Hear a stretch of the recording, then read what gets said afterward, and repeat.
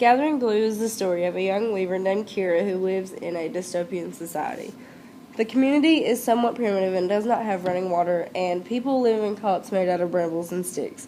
Kira's mother dies, and Kira has to sit with her at the field to wait for her mother's soul to leave her body. When Kira returns to rebuild her cot on her mother's face, another woman with a scar across her face, named Vandera, challenges her for the land. Kira has a foot that drags, and it causes her a great deal of pain. She has to walk with a cane. She would have been put in the field, except her mother's father had some degree of power among the elders. Her father was killed by beasts while on the hunt before Kira was born. Kira is brought before the elders for the argument with Vandera, and someone from the council is appointed for her. She has remarkable abilities as a weaver, so she is spared. Although her land is given to Vandera, Kira moves into a large, nice room in the council where she is assigned the task of repairing the singer's robe. The task is very important, and this event is to explain the history of the dystopian society. Kira learns that there is another boy at the place where she is now living named Thomas, who is a gifted carver. Kira is also friends with Matt, who is from the Fen, where her and her mother once lived. The Fen is an area where the poorest people live. Unlike others in the community, Matt is kind to Kira and looks past her injury.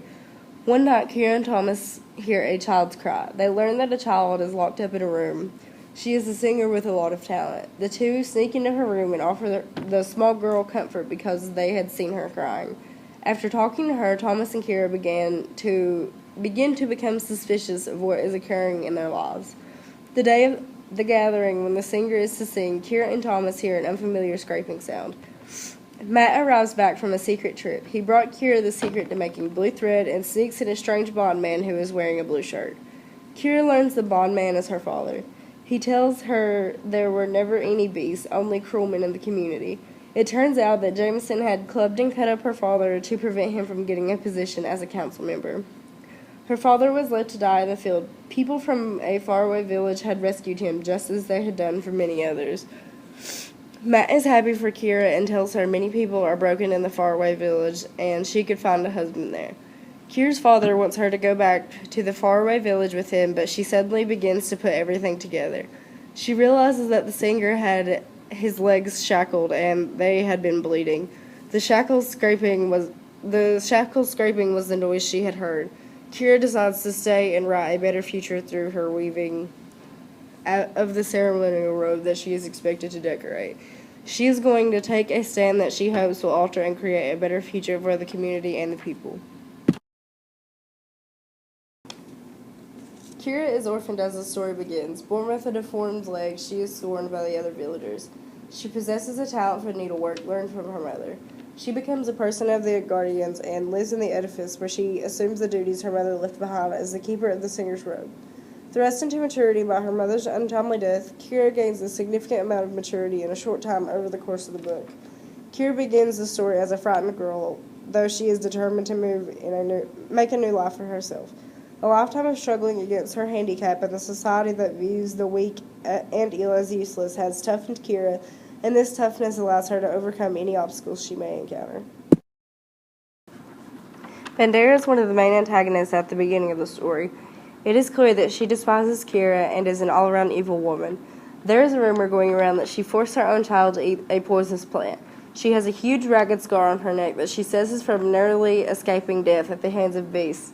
Annabella later tells us that it was actually from her own child who accidentally pulled her onto jagged rocks. It is then implied that she had her own child eat a poisonous plant in revenge. Matt is from the Fen, which is a very poor area. He is unkempt and scruffy looking. He helps her move into Edifice. He has a dog named Branch and another friend Thomas who is also staying at Edifice. Matt gives her 2 gifts as the story goes on, and the second gift ends up to be her father. He was assumed to be dead after he was attacked from behind and left for dead. Matt is the reason she comes back into contact with her father and decides to help others in Edifice before joining with her father again. Annabella is a good-natured old woman who has the same knowledge as that Kira, Thomas, and Joe have. She has a knowledge of dyes. She is also aware there are no beasts and tells Kira, who then tells Jameson, who gets her killed. Jameson is the man who defends Kira when Vandera puts her on the trial.